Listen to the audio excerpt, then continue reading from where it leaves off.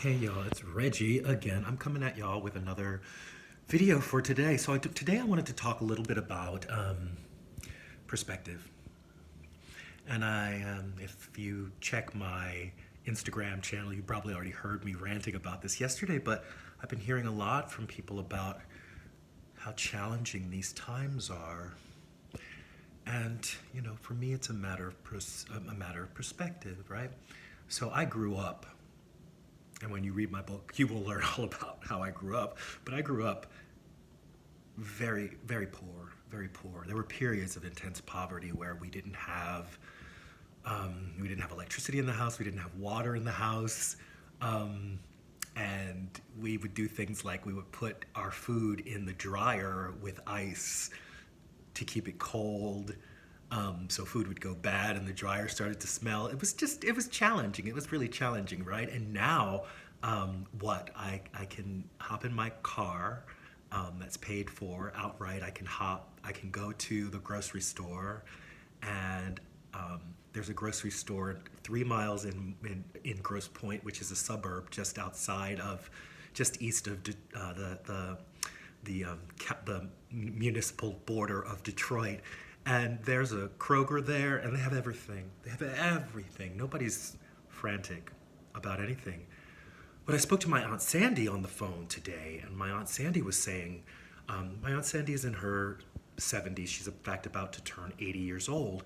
And she was describing the kind of mayhem that was happening in the stores where she lives. And I imagine she lives in a more working class area.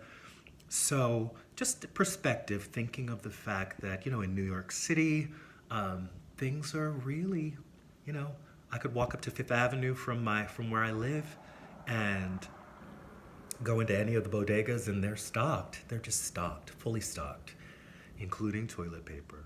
What's the thing with toilet paper? Somebody on the phone was saying that toilet paper makes people feel comforted. I, in the meantime, will just go to the bathroom and then hop in the shower and use a rag and get business taken care of, whatever. But toilet paper is not a priority for me. But it reminds me of the story of the 6 blind wise men and the elephant. And one took the elephant by the tail and felt it and said, "Surely this is a rope." Another grabbed the elephant by the leg and said, "Surely, no, you are wrong, this is a tree."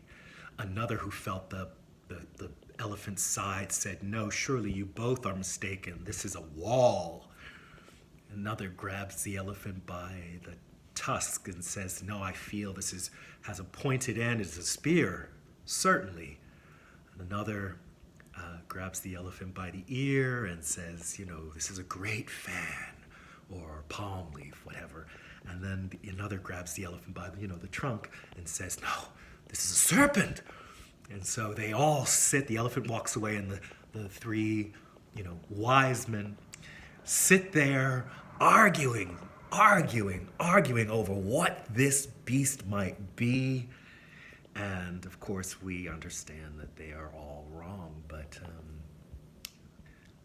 even people who are blessed with eyes to see can get so caught up in their perspective that they don't understand the fullness of what's happening or what they might be experiencing. They don't understand the fullness. And so I'm going to leave y'all with that as my bit of wisdom today. I'm still very happy, been meditating. I'll tell you one more thing before I go. Today, the spirit animal that I got in my meditation was the ostrich. And the ostrich is the famous animal that buries their head in the sand because they're frightened, right? Well, I looked up the totem, and it's actually that the ostrich puts their head in the earth to go inward.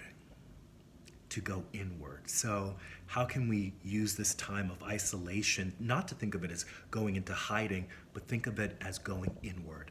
That's it. That's all I'm going to say now. I love you all. Mwah! Next time.